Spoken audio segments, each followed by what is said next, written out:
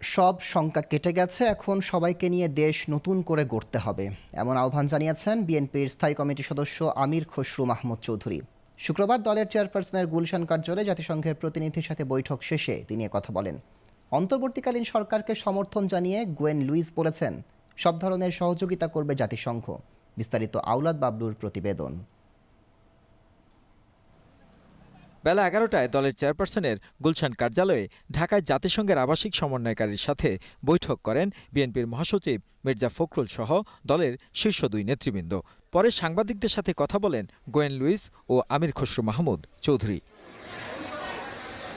প্রথমেই অন্তর্বর্তীকালীন সরকারকে সমর্থন ও সব ধরনের সহযোগিতার কথা জানিয়ে গোয়েন লুইস বলেন, সহিংসতা বন্ধ করে কিভাবে বাংলাদেশের অর্থনৈতিক অগ্রগতি হতে পারে তা নিয়ে আলোচনা অব্যাহত থাকবে জাতিসংঘের। United Nations has a very important role in supporting this transition government.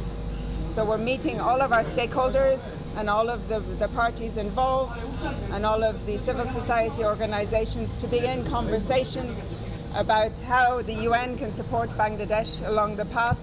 পরে আমির খসরু বলেন, উন্নয়ন অংশীদার হিসেবে জাতিসংঘের সঙ্গে আলোচনা হয়েছে, এখন সবাইকে নিয়ে আগামী দেশ গড়তে হবে। আগামী দিনের ভবিষ্যৎ কি হবে সেটা নিয়ে সকলের মধ্যে একটা দ্বিধাদ্বন্দ্ব ছিল।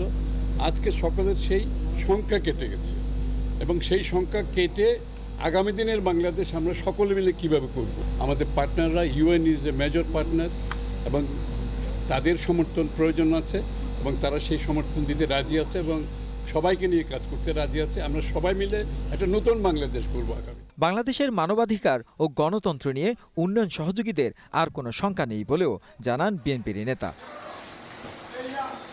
আওলাদ বাবলু, গ্লোবাল টেলিভিশন, ঢাকা।